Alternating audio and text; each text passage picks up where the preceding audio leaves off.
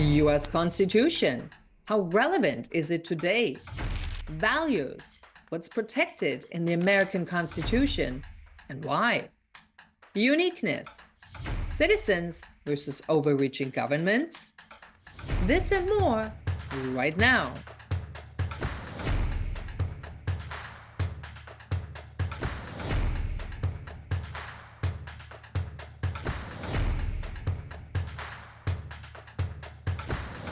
The time has come to start more effective and candid talks on how we want to live in the United States going forward, as people, as humans, as neighbors, as friends, as citizens, and as a nation.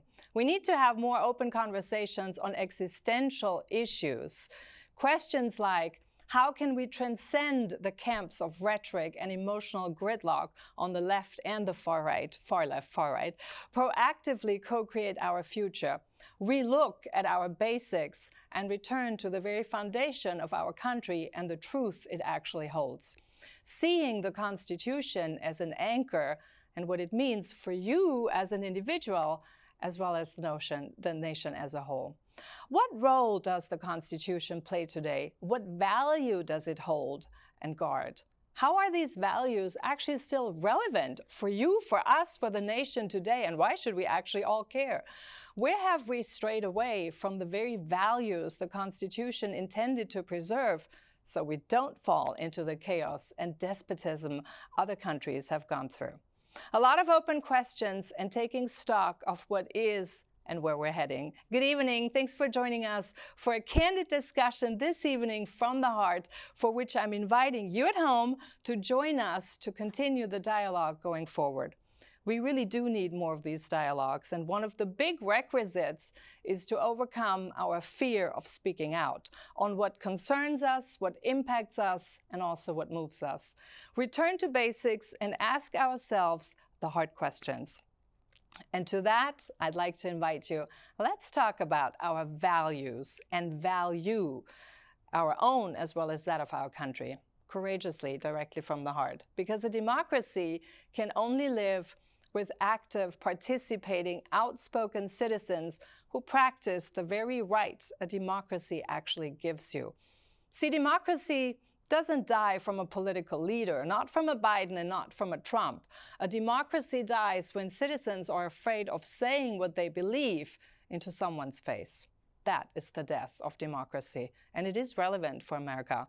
I'm Nicolette. America is undergoing a major disillusioning phase right now. More and more people are recognizing that narratives we're being given make no more sense, that policies and politics have gotten out of hand, along with our debts, by the way. In June, the United States paid 30% of its tax revenues for interest alone on our current debt load. We live in the most critical time since World War II, with the Ukraine war holding serious potential to grow into World War III. War rhetorics are ever present as our own country is falling into chaos. For decades, we've been told America is only the good, and the bad guys are very often the others. They're elsewhere, they're outside. We see the same in the political discourse across the country. The blame game is the modus operandi in politics instead of a more steady focus on our future, what makes sense and what doesn't. Questions like, how do we actually go into a new era? What does peace actually look like? What's a compassionate society? What is freedom? And so much more are things we need to shape and give a vision to. Instead of asking questions, we've externalized evil, meaning project all the bad attributes in foreign relations as well as in the political discourse, and on personal levels also very often, onto others. The other side, the other person. And while one can perceive that these traits, at least in politics, may come more from one side, objectively observed, fascism had its origin on the far left all across history. Just look in the last century. Fact is, both sides energize each other and play off of each other in bringing out the worst. A lot of it is because in America, we seem to have a problem with owning shadow traits. We blame it on others, just as we have a problem in owning our power, freedom, and self-responsibility. It's the basic schema of projection. You saw this less than 24 hours after the shooting on President Trump last night. People on the right blame the left, and people on the left blame the right for insinuating violence. You saw that on media, MSNBC, and the unbelievably cruel posts on social media. Now, remember, not too long ago, there were comedy takes on assassinating President Trump all over the internet, as this one. America seems to be lost in negativity right now, lack of compassion, and inability to have normal conversations. But then this is also where America always shines best, in being thrown back to ourselves. And when things become so confusing that the only way is to be sort of thrown back at yourself, this is where liberty can really unfold. Now, I myself argue that being thrown back to yourself is actually what brings out the best in you. And the United States is much better suited than any other country in taking our future and our lives in our hands to create that future. It is written in the very preamble of the Constitution. A prerequisite for that? Understanding the basics, what our values are. Who are we? Who is America? What do we stand for? What do you stand for? How do we get back to the basics of decency and start enabling each other for the pursuit of happiness? So let me invite you this evening to take a step and actually start co-creating our future, transcending politics, and focus on our human empowerment, the development of individual freedom in a compassionate and healthy society. And joining our discussion today, I got the GOP VP of Fairfax County, Srila Kapali, here on my right. And we have constitutional lawyer Jonathan Immord on the left. And just to let you know, actually, we've tried for days to get someone from the Democrats as well to get their input, but did not find someone to join us this evening. And we also have some people here in the audience that we're going to hear from, hopefully, and see how their values are linked to all of that. So thank you for watching and joining us tonight. I want to talk about the shock. Obviously was a shock for everyone. I'm going to start with you, Jonathan. The aftermath of what we heard yesterday, what's your first reaction? Well, it's horrific. I mean, we have a situation that is sort of the boiling point was passed. You have all this rhetoric that is extremely vituperative directed against President Trump, and people even saying he's an existential threat to democracy. I don't like that term democracy too much because we're really a republic. That's what we're constitutionally designed to be, not a democratic state. We're a republic. But they call him the President of the United States, Joe Biden, called President Trump an existential threat to democracy. What do you do with an existential threat? Well, you extinguish it. And I don't know what the perverse motivation was for the shooter, whether that is it or not, but I do know that you create an environment in which people are viewing the opponent as not just someone with whom they disagree, but someone who needs to be condemned. And that's going too far. And that's what they did with President Trump. And I think that's why we are going to see a very violent election period unless, on the Democrat side, they lower the temperature. They lower the rhetoric and they focus on the issues rather than trying to vilify their opponent and condemn them. One could, of course, always argue the other side says exactly the same thing about the Republican side. They say, and Trump, President Trump particularly, I mean, he's not shying away from having a lively debate or a lively conversation and being very straightforward on issues. So I guess both sides play a role. But I want to get back to a really important point that I think people confuse. So I'd love to get your input on that. And you mentioned it already. The United States is a republic. And a lot of people, I'm not so sure many people actually know the difference between a republic and a democracy. Can you clear that up? So our republic is really defined by the 4 principles that are contained in the 2nd paragraph of the Declaration of Independence. The notion that all men are created equal, by which the founding fathers really meant that everyone born in this country has equal rights. That is, your rights are the same. There are no titles of nobility. There's no one who is a king born in America. We're all equal. And we're endowed by our Creator, by God, with certain unalienable rights, among them the right to life, liberty, and the pursuit of happiness. That means that our rights come from God, not from government. And no majority can take away our individual rights. They're unalienable. And then governments are instituted among men for the very purpose of protecting those rights. That's the third principle. And the final principle is that we derive our just powers from the consent of the governed, which means that the people are sovereign in America. Now, what's the difference between that construct, which leads to what's called a mixed constitution, in which we have a aristocratic element in the courts, oligarchic sort of element in the courts. We have a democratic element in the House and Senate, and then we have a executive element in the executive branch that is really a combination of different powers that are competing, and there are checks and balances. If it were a straight democracy, you would have a majority rule all the time. But it was James Madison who in the Federalist said that there's a tyranny of the majority. And they didn't want mob rule. They didn't want passion to drive law. They wanted law to protect rights. And so when passion drives law, you can have the law take over rights. You can have the law directed against one segment of the population or another and deprive them of their liberties. So democracy leads to tyranny, our founding fathers believed. A republic, on the other hand, because it is instituted to protect rights, is unique. And our republic is unique in all the world.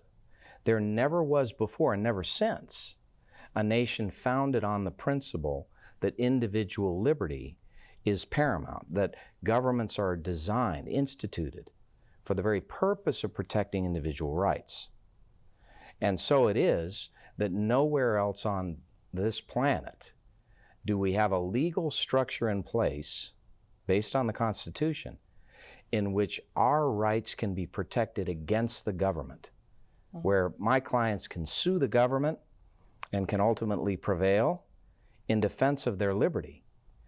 Everywhere else on this planet, you'll have a very hard time asserting your rights against government power. It's not to say that it's easy here. It's just to say that we have the Constitution itself as our defense, which is incredible. Also, uniquely among the history of the world up to that point, in 1787, when the Constitution was introduced, there was no written Constitution in the world. And that's also a remarkable distinguishing characteristic. If we remember these things, if we will understand that the most important distinguishing characteristic of us in the world is individual liberty, is the rights of every individual, regardless of who we are. We all are possessed of those same unalienable rights from God, not government. And if we recognize that and we cleave to it, we can have unity. We can all come together on that principle, and we can save ourselves from falling into an abyss of socialism or communism, which seems to be the direction in which we're going. The shock, your reaction, Srilekha. Shock, it's devastating. I have attended plenty of President Trump's rallies in the past, especially the ones that he's done in Washington, D.C. I barely remember missing anything.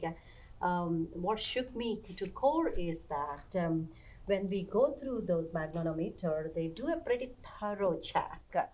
So this leads me to believe that if that is happening in that premises of the shooter, how did people not recognize, or how did Secret Services not recognize? So looking back at all the rallies that I went to, there's not been a situation where we did not get quite a bit of instructions about what to bring, what not to bring. And they made a very diligent effort to check in. In fact, the internet used to be frozen. The Wi-Fi used to be frozen before President Trump came on it. It was extremely lively, spirited, regardless of weather conditions. We stood there, we enjoyed the rally. And the security made us feel comfortable. So I think moving forward, other than what Jonathan said about the rhetoric of Democrats and Republicans fighting over, I'm more concerned about the safety in the future rallies, whether Democratic president does it or Republican president does. I think it will change the landscape of how political rallies could happen moving forward. It was a great place to kind of put the message out to thousands of folks. I know President Trump did it very effectively, especially if the president that has media against him is directly talking to the folks. So now I start wondering, as we get closer to November elections, what is the medium for President Trump to communicate if he can't do this due to security, right? So I think that this is unprecedented, and it's very sad that this has happened. Hopefully this would be the last in American history. Doubtful when we look at, where we're at. I do want to bring one thing up, and I think that actually makes it clear. We seem to have lost a lot of definitions of the words, and this is where I believe a lot of confusion comes in from people, and it becomes so easy to hijack words like democracy, like republic. If you ask most people, they don't really know. But then safety, what does that mean going forward, etc. So I think we have to actually kind of get back on a ground where we give those words meaning again, so people can sort of more relate to that. I do want to add one other thing, Jonathan, to what you said, though. Yes, our founding fathers may have thought that democracy may be a tyranny, but back at that time, there was no democracy yet. So I will challenge that a little bit, because in 1776, they still had the feudal systems almost across Europe. Right. So they were just coming out. So democracy wasn't even on the horizon. We do see in Switzerland that they do have a democracy, and it actually works very well. Well, the Founding Fathers and the Federalist Papers were very familiar with democracy. They knew it from the Roman antecedents, and they understood that democracy would lead to excesses. And they feared those excesses. They feared that the democracy invariably would result in the violation of individual rights. So that impressed upon them the need for a republic. Actually, in the end of the Enlightenment period, there was this extraordinary growth in rights theory. So we had a rights revolution from John Locke and his second treatise on government, Montesquieu and the Spirit of the Laws. All over the world, there was this movement afoot to recognize that people, not just kings, but people had rights. Before that time, the divine right of kings was the principal, characteristic of defensive government. You would say that what they said was that the king has all the rights, and that is due to his heredity. He comes from a line that entitles him basically to be the favored one by God, to rule the earth. And so this king then is possessed of all rights, and we would only have rights by leave of the king. Whereas that whole concept of the divine right of kings was rejected in John Locke's second treatise on government, and that was critically important to the founding generation. The idea that we each have rights, that the divine right of kings is no longer to be the rule of the world. And so, Jefferson, for example, thought that the American Revolution, he said, creates this ball of liberty that will roll around the world. And so they understood these things. And they had a basic understanding that government is oppressive by its very nature. And so Jefferson said, a wise and frugal government shall restrain men from injuring one another, shall leave them otherwise free to regulate their own pursuits of industry and improvement, and shall not take from the mouth of labor the bread it has earned. He called that the sum of good government. And so it was, more than anything else, they were driven to protect individual liberty. And that was the starting point. So really the protection of individual liberty was the starting point for the Constitution and basically the United States. Yes. Of course, and we're going to get back to that, because I'm sure there are we've heard this before, when you really look in terms of, okay, that sounds nice in theory, but then putting this in practice, that may yet be another issue. I want to go briefly here to our audience here and see if there are any reactions to, first of all, what were your reactions when you heard this yesterday? Yeah. What happened? The shock and just the sadness of what occurred, and what occurred on that stage was felt within my heart of what is occurring to the country and to the nation. and that sadness was profound.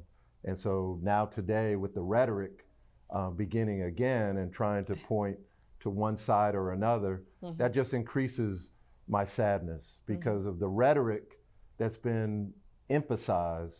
That rhetoric has been going on for months, if not years, leading up into this point. So as an independent voter, it's profound sadness for me even today.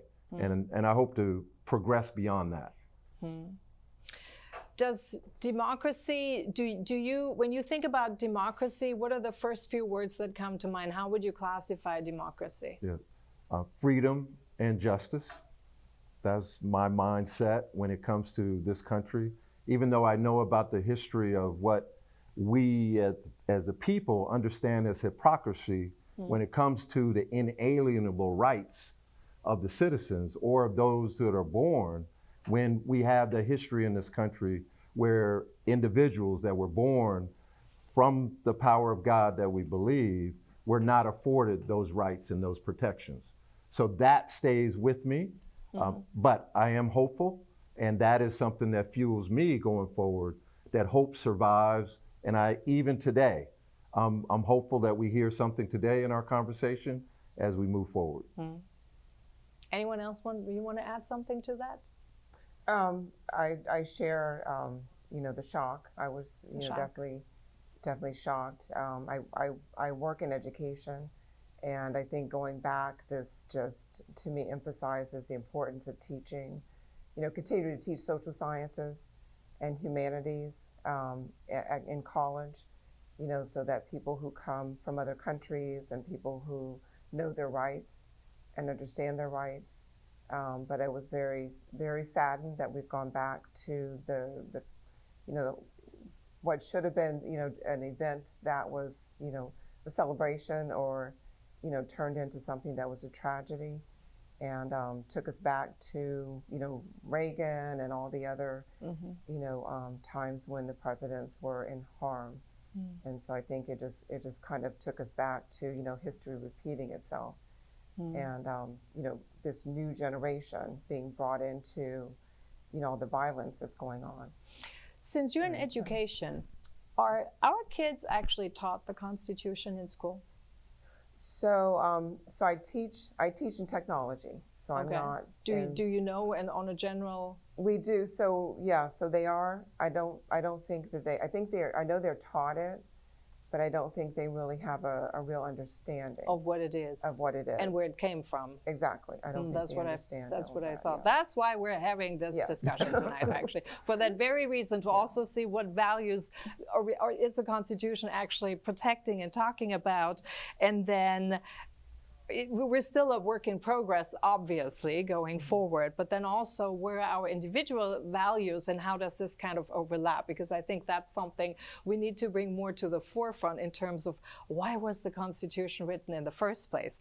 And we hear a lot about, the Constitution has been written in 1776 and they were all men and all these other things, but that's really missing the point, right? Because it's about what was it about and what's the starting point. So I'm gonna jump here a little bit forward because I really like, so I'm an immigrant. I believe you're also an immigrant, right?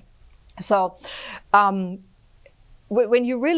I read the preamble particularly, it really touches me in the heart very, very deeply. For example, I'm going to read the first line here.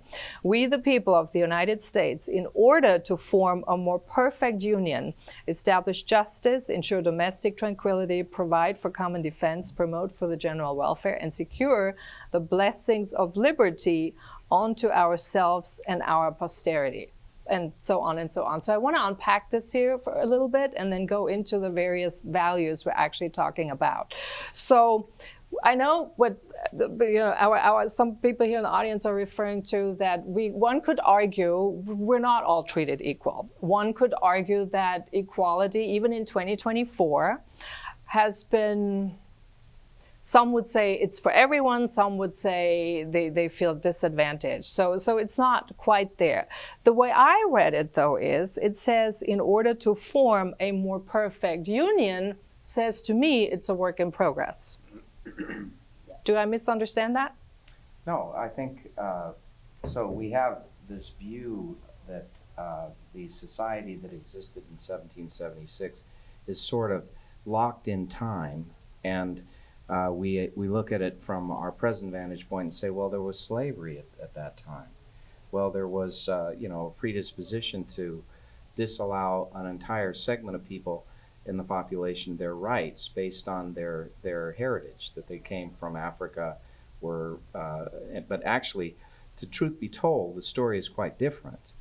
And what we have is a fruition of the principles that were there. So in other words, you have these cardinal principles of individual liberty, and it took a civil war in order for us to advance to the point where we recognize that this entire slave population was allowed to be citizens of this country and allowed to have rights. And that was not, didn't result in the fruition of it, because then there was the Jim Crow era, and then we had to overcome that. But we had Martin Luther King who helped us overcome that.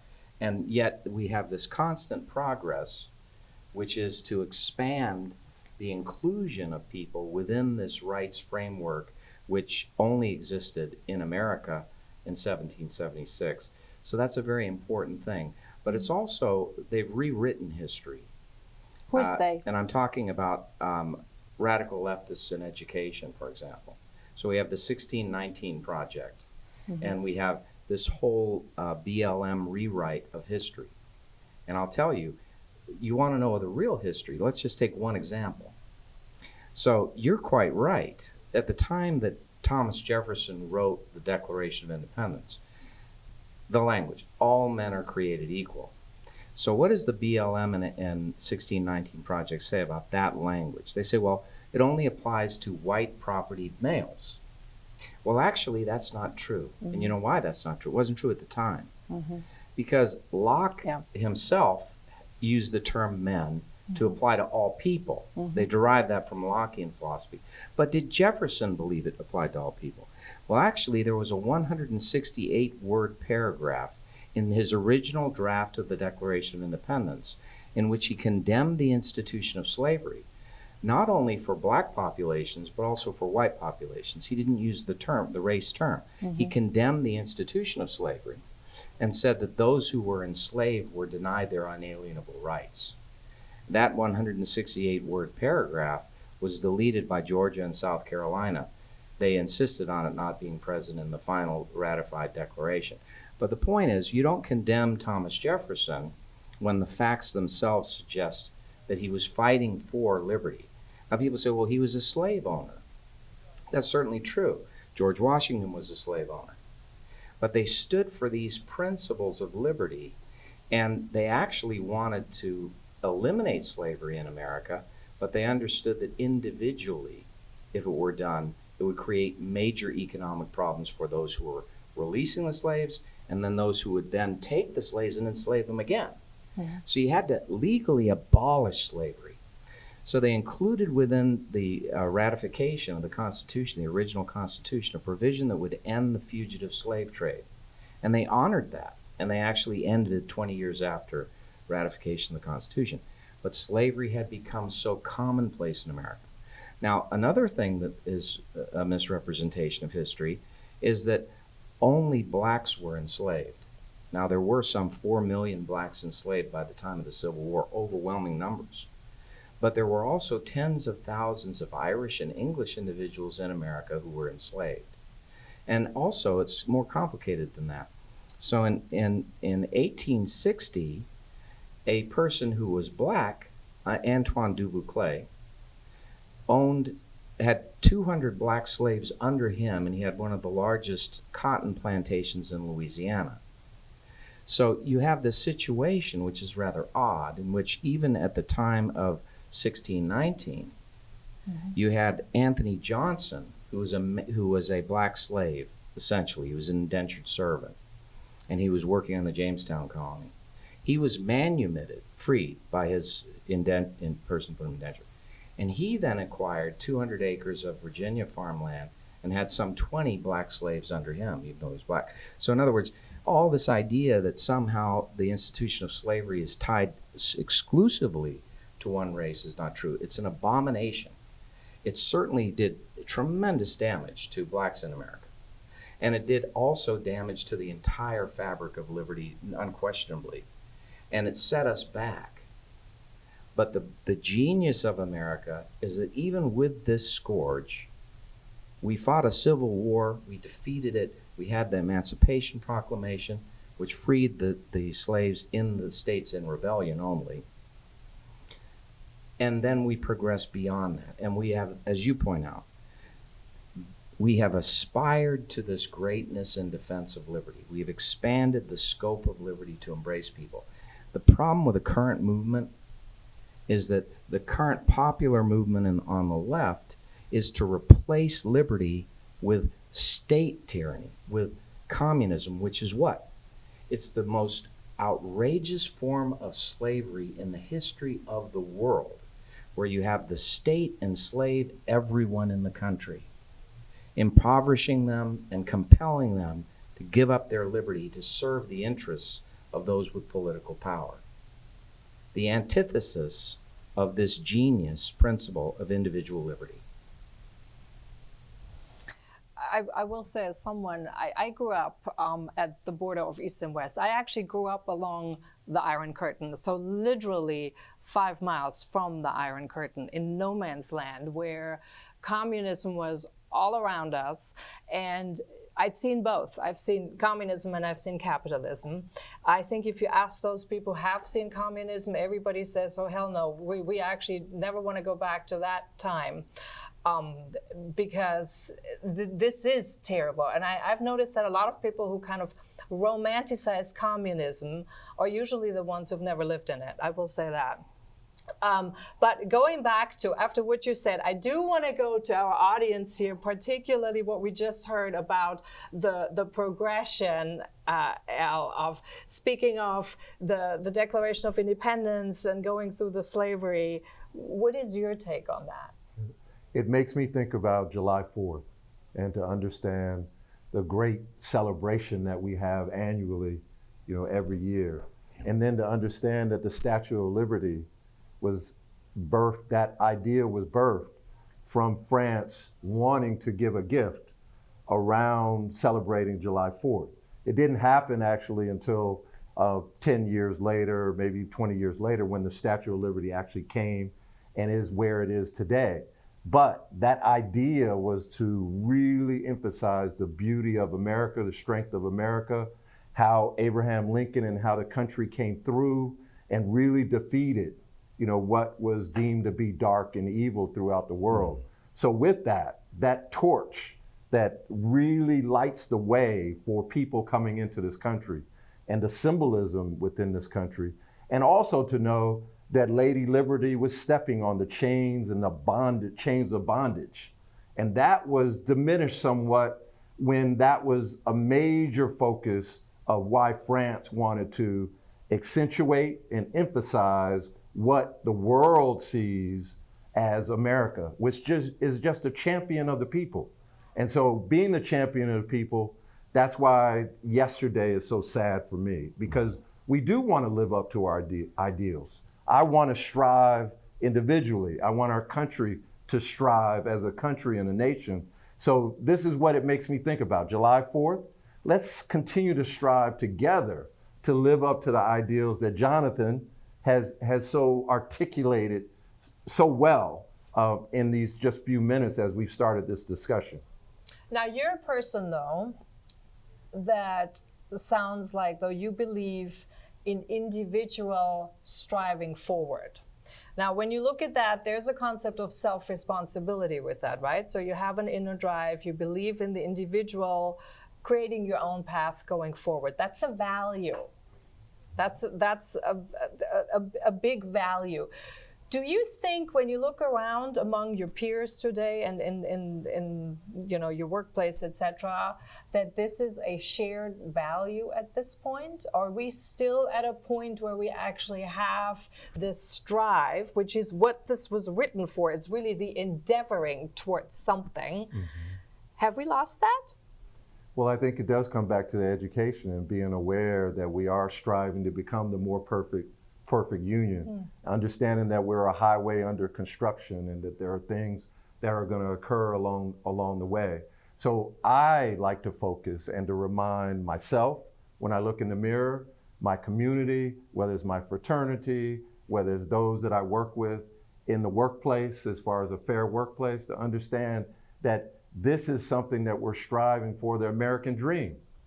And that American dream is something that we came together with, no matter what avenue of the world, of the United States that we lived in. And that is what so many people come from other countries because of the American dream. Whether that's some fantasy notion, but that American dream is what bonds us together. And that is what I do not feel that is so commonplace. I think when my parents grew up, the American dream, no matter what the obstacle, my father walked 12 miles one way for an education and walked 12 miles home for that education in Plantersville, South Carolina. And that was because he understood that education in his mind was what? Very clearly the ticket to the American dream. And that is what doesn't mean that you're not going to fall and stumble. Doesn't mean that you're not going to have problems. But the American dream, I think, is something that we've lost as a notion. I think maybe that has diminished greatly. Would you, Paula, do you think we lost the concept of the American dream, or do you think we lost that individual strive for empowerment? So I think I know the people that I work with and the students that I deal with. You know, I teach adults, and so I do believe that they are striving for the American dream. You know, I teach a lot of people who are, you know, career switchers and who are mostly immigrants, you know, coming, because I teach at a community college, and so most students that we get are students who, you know, can't afford school, and they're there spending sometimes their last dollar, and to get for the American dream, you know, to be able to have make wages where they can, you know, support their families. And so I do believe that people are still striving for the American dream. Is the American dream a concept of, is the American dream a Republican concept? You know what, as an immigrant, I think I have a couple of insights about this. I think American dream can never be dead, and I want to be always hopeful and tell actually Americans, saying that if American dream was dead, we won't have 9 million illegal immigrants that want to come into our country. I mean, I come from India, and I just love my motherland. But there are no people near visa offices that want to come into India. However, it's the other way around. At 22, I stood in visa line for hours, took a bus, came the night before, and stood hours to get into visa office. The first time I got rejected, I felt like it was the end of my life, right? The second time when I got in. So I think every immigrant has such a beautiful story, like our educator would say, that I don't think American dream can ever be dead, right? But I do want to talk to you about one incident. In fact, last week, I believe I was listening to a podcast where Melinda Gates, I think she calls herself Melinda French right now, was speaking. As you know, she's very influential. She's a huge philanthropist. She influences a lot of young people. Going back to the Constitution, she sat there for about 20 minutes. She said that Constitution was created by white males. Hence, Constitution practically, I think I'm just paraphrasing her, saying that should need to be edited by current demographics. And she kind of gave the demographics, saying that there were no blacks at that time, there were no Asians, LGBTQ. I was startled, right? Because it is built upon such foundational principles, and a person in such a responsible position who is probably the model for any 16-year-olds who probably don't even have a good understanding of Constitution thanks to our education system. Now hear this perspective saying that, yeah, my race wasn't included, not realizing that Constitution was never about white, black, or men, even if it refers to exactly. men. Yeah. So I think, again, going back to the education system, first, you're not teaching them strong constitutional principles. As an immigrant, not to make fun of anyone by any means, on July 4th, this beautiful spirited day, all these news anchors get out in these beaches and start asking questions. So it's kind of funny to hear that when they say what was the Constitution, Yeah. I mean, 90% of them have no clue, right? So as an immigrant, I just laugh about it because we come here, we work on American dream, we learn so much, and then the education system is totally killing it. So that tells that influential people have to be very careful. Again, the rhetoric of existential threat, the influential who has the platform like you or anybody else have to be very responsible in what they're spreading the message. And the messages that are getting spread right now are basically telling people that American dream is dead, and that is not at all true for regular individuals like us. Yeah, that's true. And we all came here for that. Exactly. But I think that goes back to that misunderstanding of the actual concept of the Constitution and the language that has been used. I bet that very few people, and you as our viewers at home, you can actually take me up on this. How often do you go back and check where the word origin of something actually comes from? Because if you do that, you're going to realize this is almost like a book of seals, because it opens all these different paths in our brains to have a completely different understanding of the meaning, and thus are able to relate it much more to our lives in terms of what it does and what it accomplishes and what it actually, even what it's supposed to do, what it means. I think this is part of the big disconnect here that we talk about, that it simply hasn't, that the philosophical concepts are no longer understood. So let's move on here to the next part here, justice. Now, when we look at justice today, first reaction? I mean, when you're talking about justice, I still think America has a fair justice system. But that being said, though, I always want to kind of be on one of those person that feels like, let's put myself in the shoes of others. I've heard folks say that it's easier for Asian Americans and stand the back of the civil rights movement and say that meritocracy equally being treated and so on and so forth. So I see that perspective as well. But on the same token, I feel that if we really have to move forward, we all have to truly believe that everybody comes into this world with the same ideology, and then it kind of diverges based on what they're taught. So if you're taught that this is a fair justice system, then I think we will evolve into much more rational individuals. But if you're continuously playing that role that this is not a fair justice system, then we are never going to evolve, right? I mean, I was always taught saying that, just like the gentleman said, fight all the odds. The system may go against you, but I think system can go against any race for that matter. So I feel like justice is what you perceive it to be. I think we all have the equal opportunities. It's just a matter of how you utilize them and how you move on with it. Actually, I think the justice system in the United States, from what I've encountered in certain areas, I think there's a little work to be done, quite frankly, from my perspective, for where I'm sitting. But we got a lawyer here, so let's talk about what's your reaction about justice in respect to the Constitution. So when we hear about what the Constitution wanted to have as that value to how it turned out at this moment in how it's being used or abused, and how relevant it is. Well, we have a core principle of the Constitution is equal justice under law. This idea of blind justice, that you're not judged predicated upon your background or your race or any other characteristic. The facts are to be adduced, and the relevant facts, and then they are to be assessed against the law. And there's not supposed to be prejudice, bias in the legal system. What we have today is a many-fold assault on this principle, intentional assault. So we have this whole anti-incarceration movement. So we have many individuals, Soros-backed principally, George Soros-backed prosecutors like Steve Descano, Fairfax County, and elsewhere across the country, that have some 80% of the population under their jurisdiction.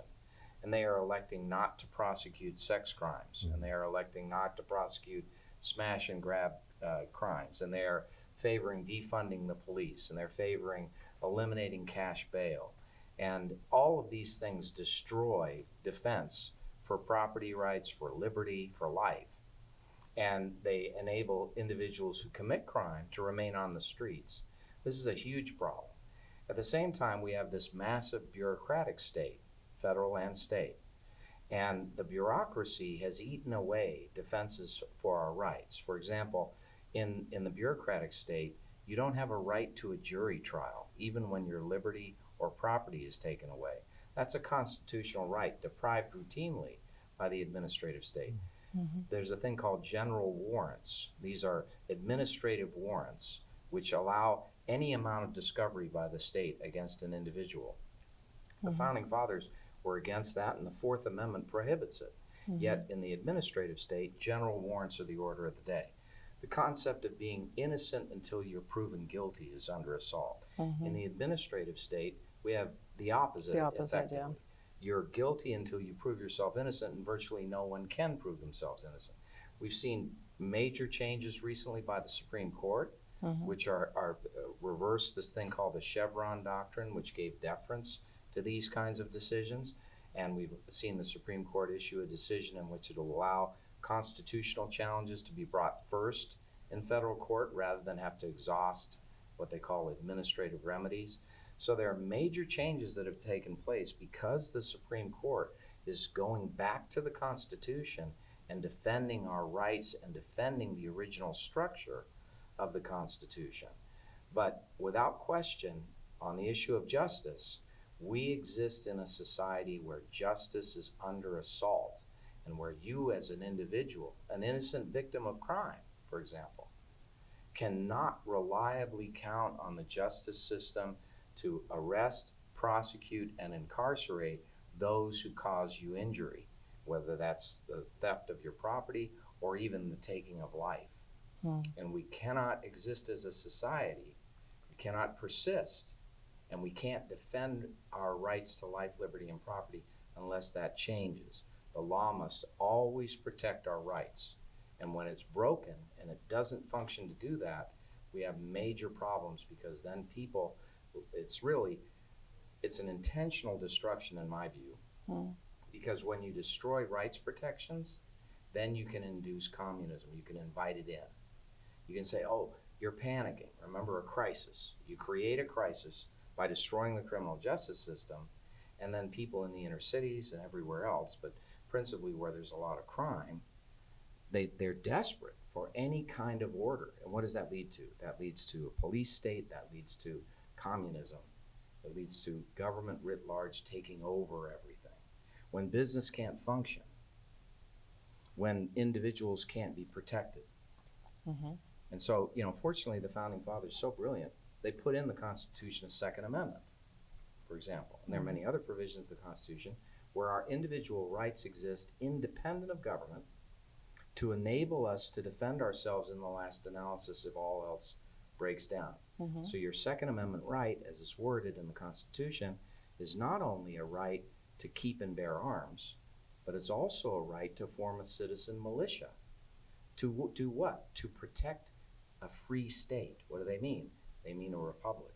To defend a republic. In the last analysis, each of us as a free people have that responsibility.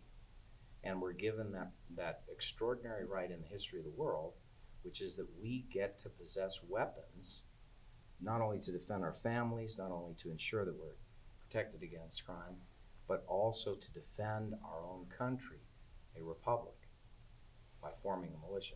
So I understand all of what you said in terms of what the intent was. Now let's look at, though, how the justice system and where the justice system, I find, has been undermined a little bit by corporatism, by the buck stops with you, basically favoring the ones who has the deeper pockets. They usually go through court and they win at court because they have the longer breath. Even in divorce law, actually, we're here in Virginia, so it's an equitable distribution state. Even here, you have an issue where usually the one who is financially stronger on the feet has the longer breath, because the system is set up in a way that it basically means whoever has the deeper pockets can go longer than the one who doesn't, because one of them is going to crash, and it's usually the one who has less money.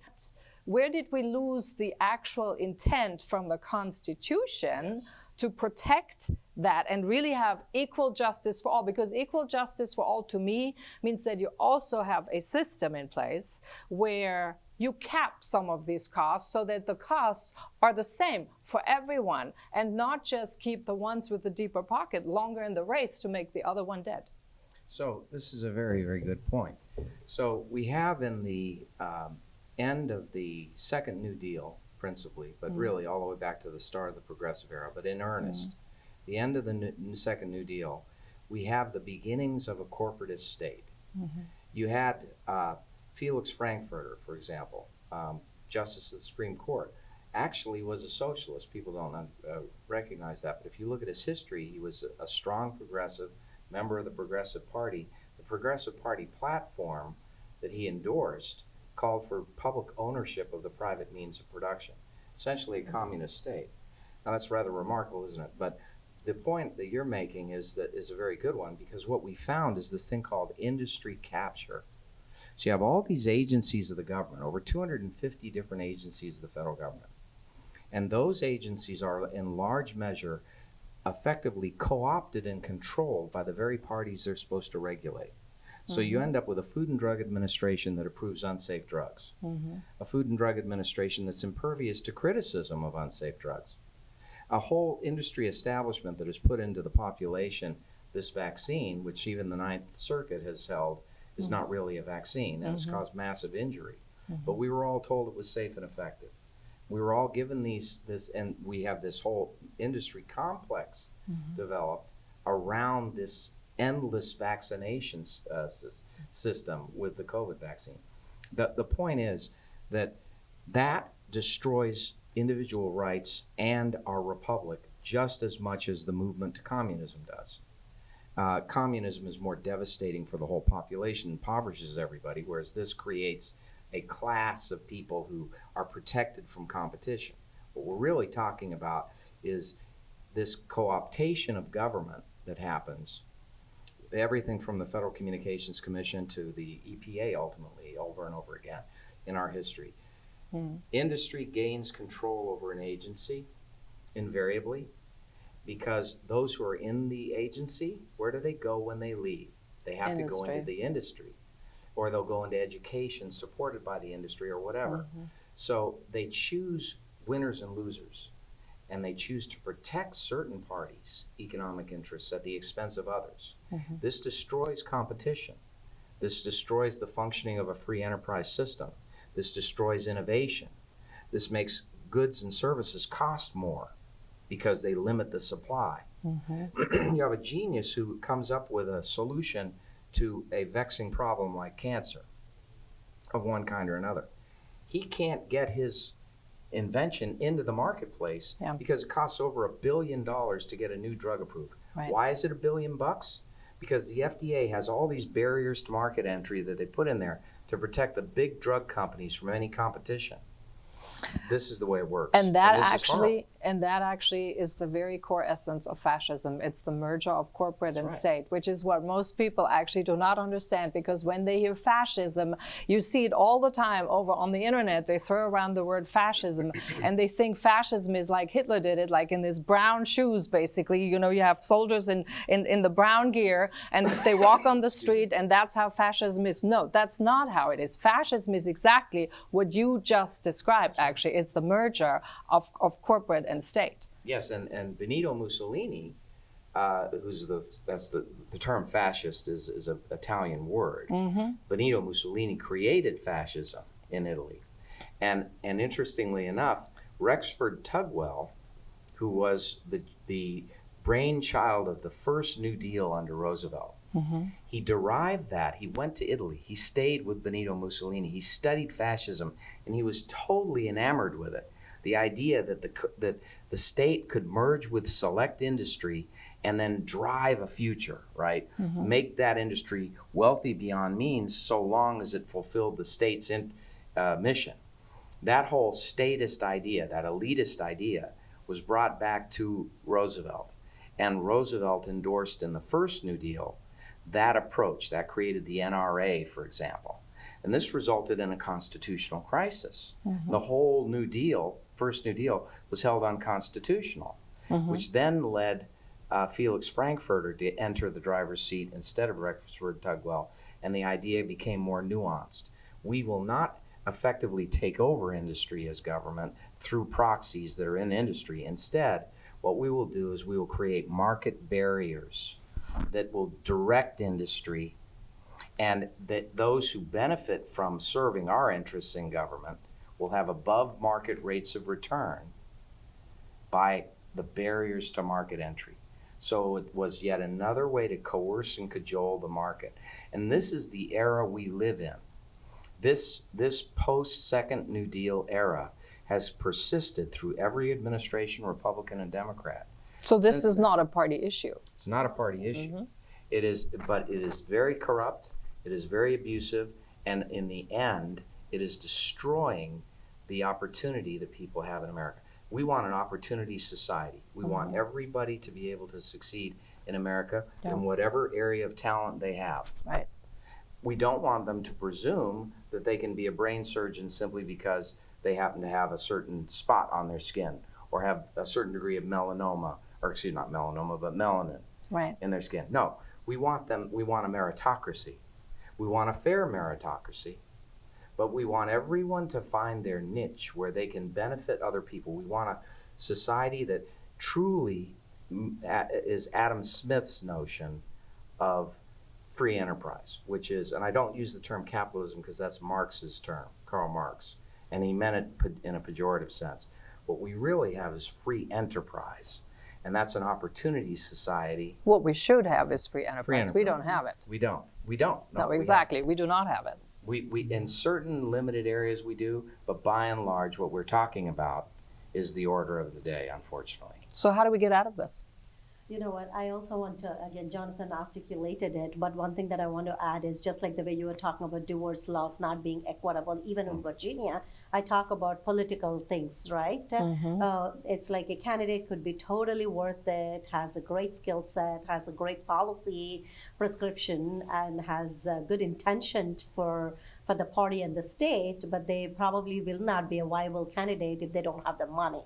So I think it kind of boils down to, is this really fair and equitable system or equal justice? And I think just like the way you said, whoever has the most money wins the race. That happens in political systems too. That could be one of the reasons. I wouldn't go back to saying that women can't win, or because it happens to anybody. If you don't have the money, you could be the worst candidate, but you still take on the big one. I think, how do you fix this? I think Jonathan actually kind of alluded to the fact as we went along, saying that you said this even in your introduction, saying that individuals, governments come and go. I said government officials come and go, but I think it is individual responsibility and collectively us coming together and having rational discussions versus being so polarized. I think free enterprise is also instrumental going forward. I do think, though, we're going a little bit in a new time. So the concept of economic enterprise and stuff can be looked at, and I think there is more towards collaboration. How can you actually benefit someone else without paying all those 10 other middlemen in there? So there's a more direct and more equal exchange of creating value and services and not having the government having their hand in everything. But for tonight, I want to end it here. It is really coming back to an understanding of liberty, and then also, of course, what liberty means to you personally. Think about this, because for us it's been so, we took it all so for granted. When you say, what is liberty? A lot of people just say, they give you this look and they say, well, to do what you want to do, but it doesn't really mean something to you. It should actually mean something to you. So I would like to invite you at this point, at home, at the end of this discussion here, to think a little bit about the values that really are valuable to you, and then particularly what you think about liberty and what you do in living liberty, meaning also letting other people live their life in liberty. Please chime in, join in, send us your comments, engage with us in the dialogue. Feel free to share your values. It's really important. Even if you disagree, we want to hear about that too. I'd like to invite you to partake in this whole dialogue so we actually find a common language. We go back to actual principle and have meaning to words that are not so easily hijacked and confuse everyone.